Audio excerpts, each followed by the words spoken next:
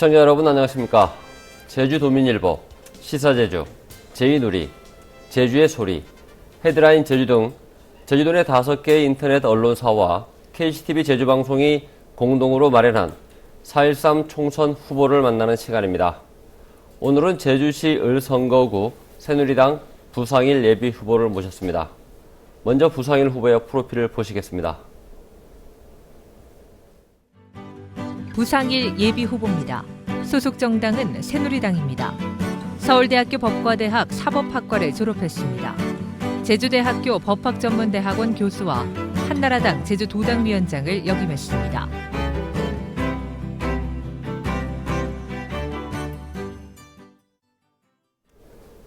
네, 그럼 지금부터 본격적으로 토론을 진행하도록 하겠습니다. 네, 부상일 후보님 안녕하십니까? 네, 안녕하십니까? 네, 아직 정식 후보로 등록은 안 돼 있지만 호칭은 편의상 후보로 하겠습니다. 예. 예, 양해해 주시기 바랍니다. 고맙습니다. 네. 제주시 을선거구 새누리당 후보로 확정이 됐습니다. 예, 경선을 통해서 확정이 됐는데 경선을 통해서 확정됐을 때 당시 소감 어떻게 보면 예상은 했는지 어땠습니까? 예. 예상은 사실은 예측 불허였다고 저는 생각을 하고 그런 결과가 있던 것에 대해서 제주도민 여러분께 정말 굉장히 고마움을 갖고 있습니다. 그 확정됐었을 때 소감 어땠습니까? 예.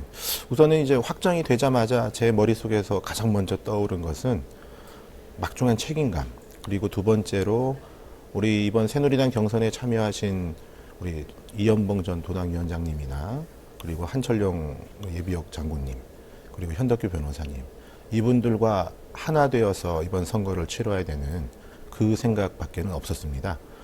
세 분 다 아주 인품이 훌륭하시고 또 저희 제주도와 국가를 사랑하는 마음이 아주 투철하신 분들이기 때문에 새누리당의 당원으로서 저와 함께 하실 거라고 믿고요. 지금 현덕규 후보자, 그러니까 변호사님과 한철용 그다음에 예비역 장군님하고는 많은 얘기를 나눠서 같이 하고자 하는 이제 결의도 다졌고, 이연봉 후보자님 같은 경우에도 제가 볼 때는 조만간 제가 이제 찾아뵙고 했는데 아직 뵙지 못했지만 하나가 된 모습으로 우리 유권자분들 앞에 나타날 수 있을 거라고 생각합니다. 네, 경선까지는 뭐 그렇고요. 앞으로 이제 본선이 남아 있는데 본선에 임하는 각오 한 말씀만 해주시죠. 지난 12년간 제주에서는 저희 당 소속의 국회의원이 없었습니다. 그런데 이제 어떤 경우든 정당 정치에서는 이 정당의 논리를 벗어나기 못하는 경우가 종종 생기는데, 지금 제주도와 관련돼서는 이 도민의 바램을 지금 야당 소속의 국회의원 분들이 제대로 반영하지 못했다라고 생각합니다. 그래서 이번에는 우리 여당의 목소리를 낼 수 있고 또 도민들의 목소리를 여당 내에서 그리고 정부를 상대로 좀 더 힘있게 낼 수 있는 그런 후보가 꼭 당선되어야 되는 걸 생각하고요. 제가 그 역할을 할 수 있도록 최선의 노력을 다하겠습니다. 우리 부상일 후보께서는 국회의원 선거만 이번까지 하면 전부에서 세 번째입니다. 네. 18, 19대 이제 20대까지 세 번째 나오시는 건데 지난 어떤 그 국회의원 선거 18대, 19대 이 상황을 좀 설명 좀 해주시죠. 우선 18대 선거는 제가 우선 경험이 좀 많이 부족했죠. 제가 그걸 잘 알고 있습니다. 그리고 19대인 경우에는 불미스러운 일로 중간에 제가 후보 등록을 하지 않고 공천자로서의 지위를 이제 사퇴를 한 그런 좀 불미스러운 일이 있었습니다. 이번 선거는 좀 다르다고 생각합니다. 10년의 준비 기간이 좀 더 많은 도민들과 소통을 하고 도민의 바라는 바, 그리고 국회의원이라고 하는 정치인이 무엇을 해야 할지에 대한 나름대로의 고민과 그 결과를 내기 위한 준비를 많이 했습니다. 이번에 승리할 수 있을 거라고 생각합니다. 좀 전에 말씀하신 대로 19대 선거에서 그 불미스러운 일로 인해서 집권 여당이 후보를 내지 못하는 그런 상황까지 초래를 했습니다. 또 그 상황에서 이번 20대 그 경선 과정에서 그때 당시에 그 얘기들이 담긴 녹취록이 또 공개가 됐어요. 경선 과정에서 공개가 됐는데 그거에 대해서도 좀 한 말씀 좀 필요하지 않을까 싶습니다. 예. 우선은 경선 과정에서 그 문제가 불거진 점에 대해서 저는 상당히 좀 놀랐습니다. 우선 그 녹취가 된 시점이 4년 전이라고 하는데 그 내용을 제가 충분히 파악하고 있지 못합니다만은 만약에 이제 문제되는 부분이 있다면 당시에 사법당국에서 그에 대한 조사가 있었거나 또는 적어도 지금 이 시점에 그 녹취 파일의 내용이 문제가 있다고 판단을 했다면 단순히 이제 언론사의 공개가 아니라 보다 이제 더 적절한 방법의 조치가 취해졌을 거라고 생각을 합니다. 근데 지금까지도 제가 파악하고 있는 바로는 그러한 조치를 취할 수 있는 상황이 아니라고 알고 있고 따라서 이제 별다른 문제는 없다고 생각을 합니다.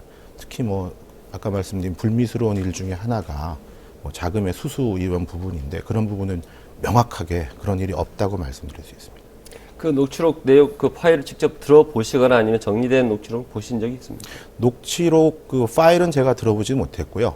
정리된 부분은 대부분 이제 언론 보도에 나와 있는 내용을 가지고 제가 이제 구성을 했습니다. 거기에 보면 방금 이제 부부께서도 말씀을 좀 하셨는데 5천만 원이라는 구체적인 액수가 나오고 듣기에 따라서는 이게 주고받았다는 내용으로 이렇게 이해할 수 있는 부분도 있는데 그거에 대해서 입장을 다시 한번 분명히 밝혀주실 수 있겠습니까? 예, 우선 주고받은 사실이 전혀 없다는 부분은 아까 말씀드린 것 같고요. 녹취록이라고 하는 것에서는 우리가 이제 이런 오류가 생길 수가 있습니다. 어떤 거냐 하면 예전에 영화가 하나 있었는데 당신이 저 사람을 죽였지라는 것에 대해서 네? 라고 대답을 했는데 조서에는 예라고 기재가 되는 거죠. 그럼 그 조서를 읽은 사람은 자백했다고 생각하는 겁니다. 그런 오류가 있다는 점에 대해서 한번 생각해 주시기 바랍니다. 우리 구상일 후보께서 선거에 임하면서 여러 가지 공약을 내세운 걸로 알고 있습니다. 대표적으로 몇 가지만 좀 설명 좀 해주십시오. 제가 이제 제일 첫 번째 공약으로 내세우는 것은 4.3 특별법의 개정 부분입니다. 지금 제가 볼 때 제주 4.3과 관련된 특별법이 내용이 부족하지만 나름대로 의미가 있는 법이라고 생각을 하는데 앞으로도 개정될 부분이 좀 있다고 생각하고요. 그 중에 가장 중요한 부분이 지금 4.3과 관련해서 희생자 개개인에 대해서 어떠한 명예회복의 조치가 취해졌다거나 또는 배상의 절차가 취해졌다거나 이런 부분은 없다는 것입니다. 법원의 판단에 의해서 배상이라는 것이 지금 진행이 되는 것처럼 개별적으로 사람들이 요구를 해서 벌어지는 그러한 것은 바람직하지 않다고 생각합니다. 그래서 이제 4.3 특별법을 개정을 통해서 개별적인 배상과 그리고 실질적인 명예회복을 추구하는 것이 옳다고 보고요. 그리고 유족회에 대한 지원의 근거를 마련하거나 또 희생자 신고의 상설화를 하는 것도 시급히 해결해야 될 문제라고 생각합니다. 그 외에 이제 제가 내세우는 공약 중에는 주거와 교통, 주차 문제를 해결하기 위해서 내세운 공약들이 좀 있는데 특히 이제 교통 문제 부분이 동서가 좀 차이가 있다고 생각을 합니다. 그래서 이제 동쪽 지역의 교통 문제를 해결하기 위해 애조로나 연북로에 이제 조기가 아니죠. 그러니까 조속한 이 공사 완료가 좀 필요하다 이런 부분. 그리고 이제 원도심 살리기와 관련돼서는 제가 조금 더 좀 정리가 된 공약을 차후에 이제 발표할 예정이고요. 그리고 이제 여성과 관련해서는 육아휴직 이후의 의무고용제와 관련된 것, 또 대학생과 관련해서는 대학생 연합 기숙사 등을 만들어서 대학생의 주거 환경을 안정화해야 되겠다라는 부분들이 있습니다. 1차 산업과 관련해서는 이미 여러 번 이제 말씀드린 것과 같이 그 농산물 가격의 최저 가격을 보장하는 제도를 만들어야 되겠다고 생각하고 또 저희 그 동부 지역 같은 경우에는 미래 산업 전략을 추구하는 과정에서 해양 바이오 산업 단지나 또는 제2공항과 연결된 항공 연관 산업 단지 또 대규모 리조트가 동부 지역에는 없습니다. 그런 리조트를 유치하는 그러한 일들이 꼭 필요하다고 생각해서 공약으로 발표한 바가 있습니다. 네, 알겠습니다. 공약 얘기는 선거가 진행되면서 네. 좀 더 자세하게 이렇게 검증할 시간이 있을 거라고 보고요. 다소 민감한 질문일 수도 있습니다. 그렇지만 좀 여쭙고 싶은 게 있어요. 새누리당 예비 후보들 가운데 이른바 원희룡 지사 마케팅을 이번 선거에 도입한 후보들이 있습니다. 지금도 하고 계신 분이 있고 예, 같은 당 소속으로서 이 문제 어떻게 보십니까? 우선 선거에서 어떠한 것을 홍보 전략으로 삼느냐는 그 후보자의 선택이니까 그 선택에 대해서 제가 평하는 것은 좀 옳지 않은 것 같습니다. 그러니까 적절치 않다고 생각합니다. 저도 후보자이기 때문에. 그리고 저는 이제 원희룡 도정에 대한 평가를 잘하고 있다고 평가를 하는 사람 중에 한 사람입니다. 그런 측면에서는 저도 할 수 있다면은 하는 것이 좋지 않았을까? 뭐 그런 생각도 가끔 했었습니다. 알겠습니다. 예. 그 박근혜 정부가 지금 출범한 지 3년이 좀 넘고 있습니다. 이제 절반이 넘었는데 박근혜 정부를 평가하신다면 예. 어떻게 평가를 하시겠습니까? 저는 박근혜 대통령님을 후보 시절에 이제 중앙선대위에서 모신 적이 있어서 주변에서 가끔씩 이제 뵐 기회가 있었는데 그때 보면은 원칙과 소신이라고 하는 것이 다른 어떤 정치인에 비해서 아주 강력한 그 본인의 이 정치 철학이신 것 같습니다. 그런 측면에서 저는 긍정적인 평가를 합니다. 그리고 특히 이제 외교와 관련된 것이나 지금 뭐 북핵 문제 때문에 굉장히 복잡한 세계 정세가 벌어지고 있는데 거기에서도 제가 볼 때는 우선 이 주도권을 놓치지 않기 위해서 많은 노력을 하신다고 생각을 합니다. 다만 이제 안타까운 것은 이 경제 부분과 관련해서 세계적으로 경제가 많이 어렵기 때문에 우리나라에서도 경제 활성화를 위한 법안들을 국회에 이제 여러 건을 이렇게 제출한 걸로 알고 있죠. 근데 그게 지금 아직도 처리가 제대로 안 되고 있어서 그런 부분에 국정이 발목이 잡힌 것은 매우 안타깝게 생각합니다. 그리고 또 일각의 지적 중에서 뭐 저도 뭐 그 지적에 공감을 하는 편이긴 합니다만은 소통이 좀 부족하시다라는 말씀, 그 부분은 좀 안타깝습니다. 그래서 제가 이제 이번에 국회에 입성을 한다면 그런 부분에 대해서 젊은 사람으로서 좀 더 목소리를 내야 되지 않겠나 이렇게 생각하고 있습니다.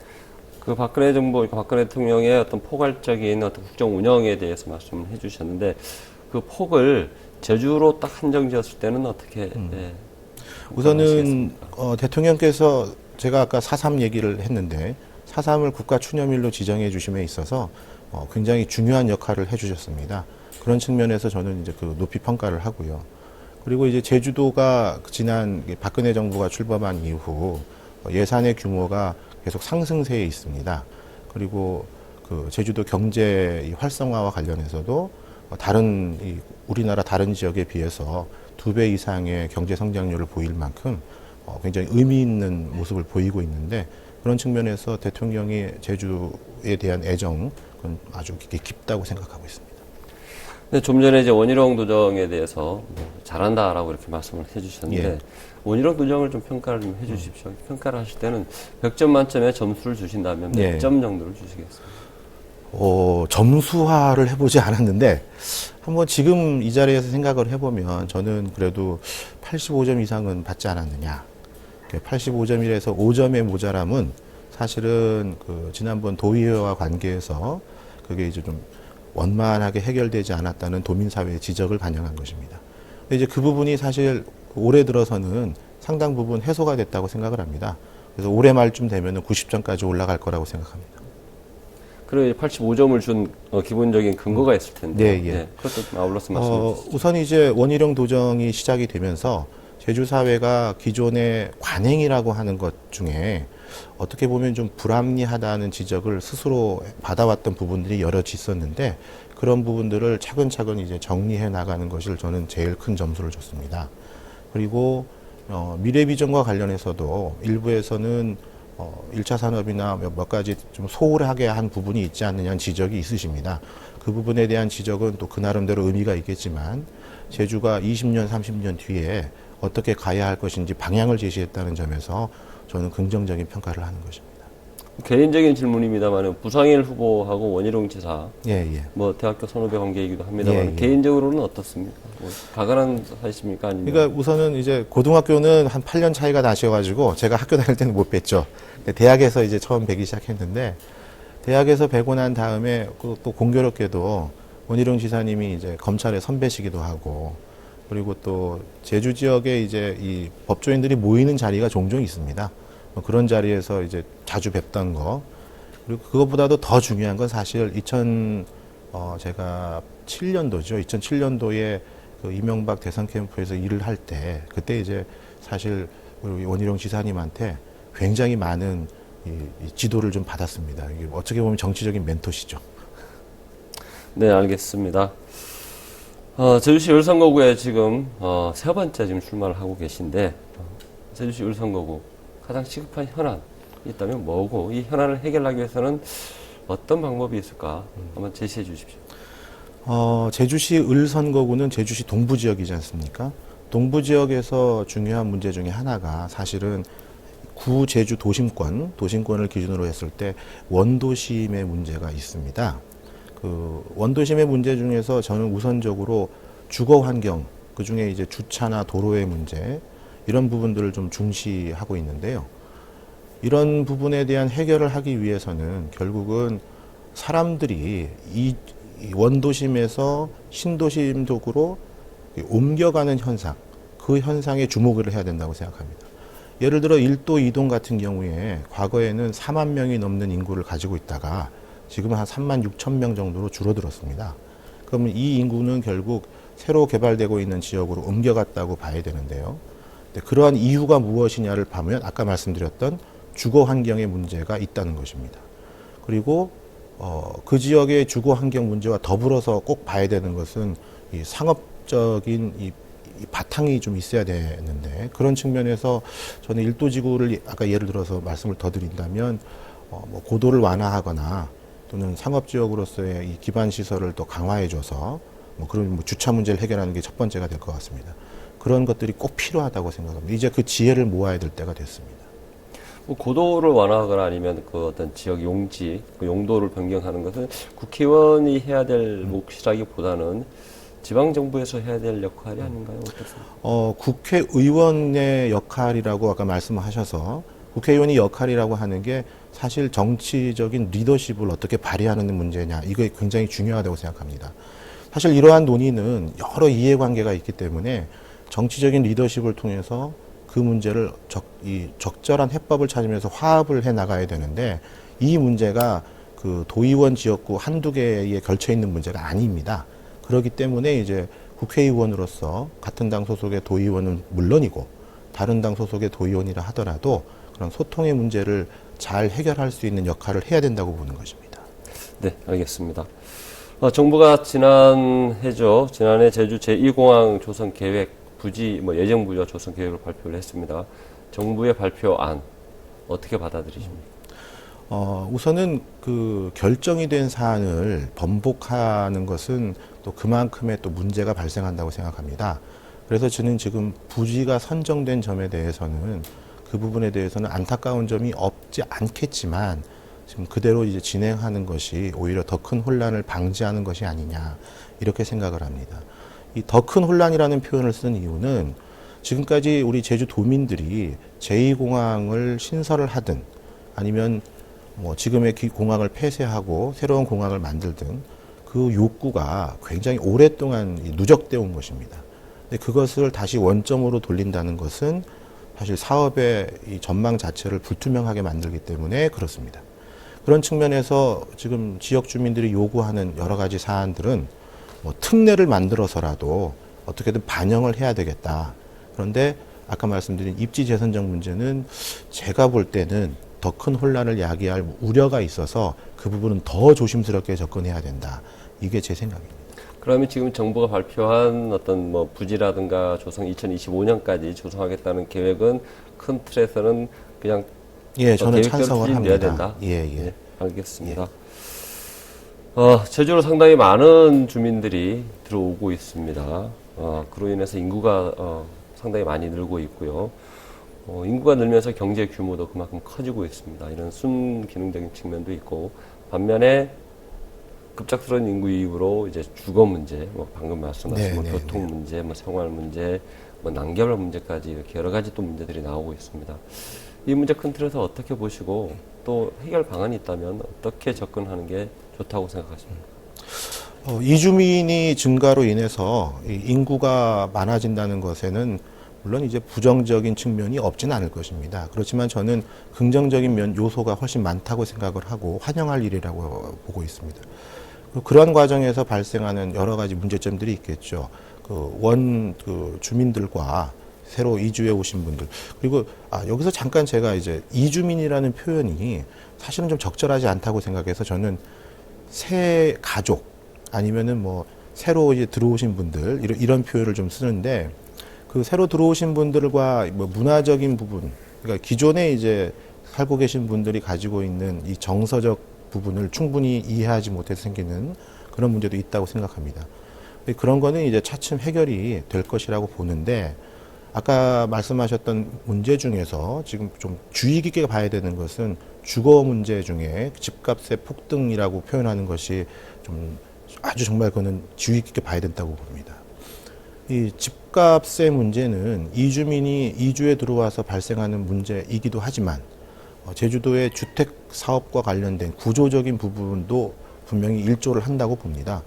그래서 이제 원희룡 도정에서도 뭐 택지를 공급을 하고 또 JDC든 또는 제주개발공사든 또는 뭐 LH공사 이런 데서 그러한 택지를 잘 개발을 해서 주택 공급을 확보하자 하는 취지의 정책이 좀 진행되고 있는데 그에 대한 저도 찬성하고 있습니다.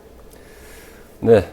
4.3 관련돼서 한 네. 가지 여쭙겠습니다. 4.3에 대해서 많이 말씀하시니까 좋고요. 지난해 12월입니까? 행정자치부가 제주 4.3 희생자 가운데 남로당 소속 그리고 무장대 수계급 53명에 대한 재심사를 통보를 했다가 지난달 22일이죠.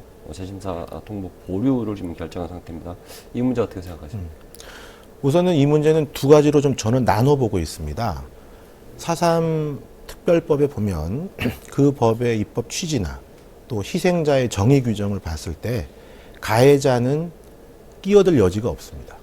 그런데 이제 재심사와 관련해서 재심사가 필요하다고 하는 사람들은 이제 가해자에 해당할 수 있는 사람들이라고 저는 보고 있습니다. 그래서 그러한 재심사가 필요하다면 해야 될 것이겠죠. 그런데 여기서는 그 전자의 문제가 하나 있습니다. 그래서 두 가지인데 그 앞에 문제는 뭐냐 하면 4.3의 기본 정신은 화해와 상생입니다. 화해와 상생의 문제인데 지금 유족회가 희생자에 해당하지 않아야 될 사람이 그 안에 들어있어서 분란이 생기고 있고 그걸 문제 제기를 하고 있다면 그러면 이제 재심사의 문제는 논의가 될 필요가 있다고 생각하는 것입니다. 근데 지금 유족회는 그렇게 얘기하지 않지 않습니까? 희생자가 그렇게 얘기하지 않고 있는 상태에서 재심사를 언급하는 것은 그거는 좀 문제가 있다. 그렇게 저는 생각을 하고 있습니다. 네, 알겠습니다.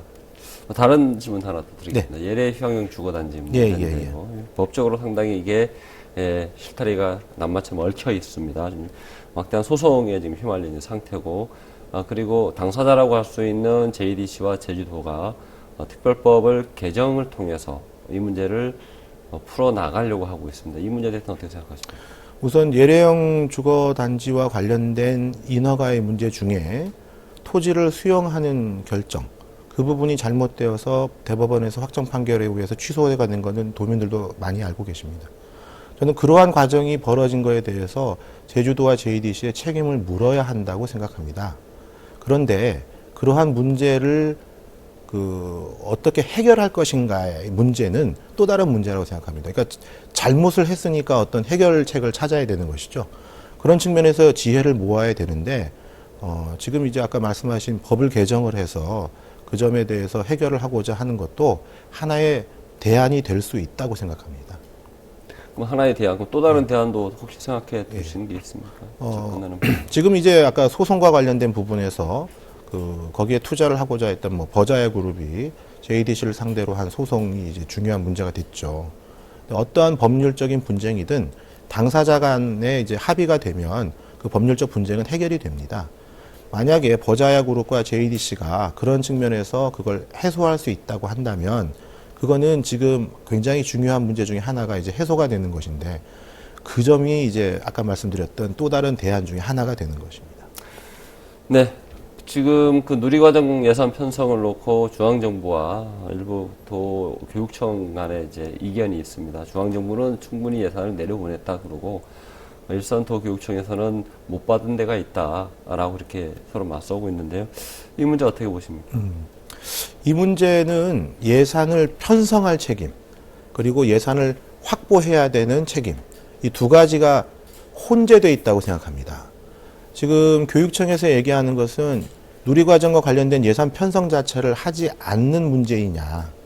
여기서는 이 문제의 차원에서는 교육청에서는 편성할 의무가 있기 때문에 편성은 해야 되는 것이고 누리과정에 쓰일 실질적인 예산을 어떻게 확보하느냐의 문제는 교육청 그리고 우리 제주특별자치도 그리고 중앙정부 여기는 국회도 한 몫을 해야 된다고 생각합니다. 그러니까 예산의 확보 문제에서 서로 협력을 해야 될 것이지 편성 자체를 하지 않고 예산 집행하지 않겠다. 이거는 문제가 있다고 생각합니다. 제주도가 이번에 그런 점에서 우선 도의 예산으로 선집행을 하겠다고 한 것은 매우 바람직한 처분이라고 생각을 하고요. 그런 측면에서 도교육청과 긴밀하게 다시 한번 협력을 해서 누리과정과 관련된 도민의 이 우려를 말끔하게 씻어주길 바랍니다. 도 얘기하시니까 도에서 382억을 선집행을 하고 후 정산한다라고 그렇죠. 얘기를 했는데 예. 지금 상황에서는 후 교육청에서 382억을 정산해줄 능력이 없다라고 보는 시점이 많거든요. 관점이 많거든요.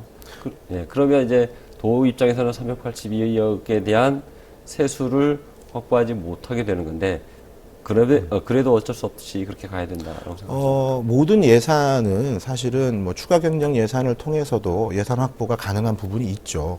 그런 것들을 어떻게 해결할 것인가는 결국은 그 부분을 담당하고 있는 위정자들이 슬기롭게 대처해야 되는 문제라고 생각을 하고요. 도민들에게 누리과정 예산과 관련된 이 불안함이나 또는 걱정을 끼쳐드리는 것은 그건 아니라고 생각하는 거죠. 네, 제주도가 지금 6단계 제도 개선, 특별자치도 6단계 제도 개선을 준비를 하고 있습니다. 6단계 제도 개선 안에는 어떠한 내용들이 포함돼야 된다고 생각을 하십니까? 사실 그 6단계 제도 개선과 관련해서는 드릴 말씀이 굉장히 많습니다. 이게 왜 그러냐면 우리 그 제주특별법을 어떻게 개정하느냐의 문제는 사실 예산하고 긴밀하게 연결이 되어 있는데 그 부분이 좀 복잡하고 좀 어려운 문제들이 그 안에 들어있기 때문입니다. 그래서 제가 우선 간단하게 그냥 뭐 제 의견만 이렇게 말씀을 좀 드리는 것으로 정리를 좀 했는데요. 우선 이제 제주가 권한을 많이 이양을 받았는데 그 이양을 받은 권한의 행사를 위해서 들어가는 재원, 이 재원 확보와 관련된 명확한 법적 근거를 마련하는 것이 이번에 꼭 필요하다고 생각을 합니다. 그리고 이제 제주인 경우에 이제 환경 자산을 보존을 하는 것을 더 강화해야 하는데 그러한 측면에서 저는 곶자왈에 주목을 하고 있습니다. 그래서 이제 곶자왈을 보존하기 위해서 그거와 관련된 이제 거래에서 양도세를 면제해 준다거나 그런 특별한 유인책이 좀 필요하다. 그 다음에 이제 지역 개발의 공공성을 강화하는 측면도 이번에 꼭 이제 어떻게든 관철을 좀 시켜야 된다고 보고 있습니다. 예를 들어 뭐 투자진흥지구를 지정했는데 거기에 이제 고용 계획을 하나의 부관으로 달게 하거나 또 그 부관이라 하더라도 지키지 않았을 때는 인허가를 취소할 수 있는 권한까지 그런 내용들을 공공성 강화 측면에서 검토를 해야 된다고 생각합니다. 그리고 이제 미래 성장 동력을 확보하는 부분인데 이 부분은 좀 이견이 좀 있을 수는 있습니다. 그런데 왜 그러냐 하면 제가 지금 주장하고자 하는 거에는 도하고 같은 생각인데요. 신재생 에너지 산업을 육성하기 위해서 그 인허가권을 도가 이제 가져오는 방안이 필요하다는 것입니다. 그리고 이제 1차 산업 경쟁력 강화는 한 번도 이제 빼놓을 수 없는 부분이겠죠. 그런 측면에서 사실 그 지금 특별법 개정할 때 혹시 들어갈 수 있다면 유기식품, 그러니까 그 유기식품의 이제 인증 기준을 도의 조례로 인양을 해준다면 제주에 맞는 그리고 이제 국가 우리 대한민국의 기준이나 또는 우리가 수출을 하고자 하는 그런 이제 나라의 기준까지 종합적으로 고려해서 실제 1차 산업에 종사하는 사람이 유리하게 그렇게 할 수 있다고 저는 생각을 합니다. 네, 잘 들었습니다. 끝으로 오늘 대담을 정리할 시간 드리겠습니다. 마무리 발언. 예.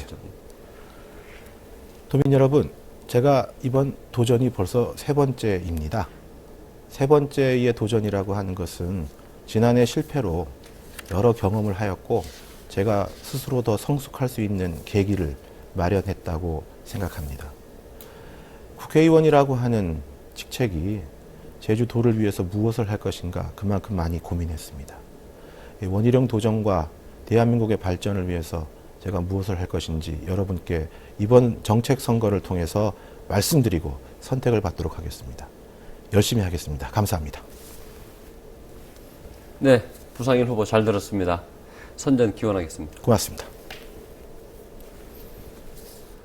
네, 제주도민일보와 시사제주, 제이누리, 제주의 소리, 헤드라인 제주 등 도내 인터넷 언론사 5개사와 KCTV 제주방송은 계속해서 이번 총선에 나서는 예비 후보를 대상으로 그들의 정치 철학과 미래 비전을 점검하는 시간을 이어가겠습니다. 많은 시청과 관심 바랍니다. 감사합니다.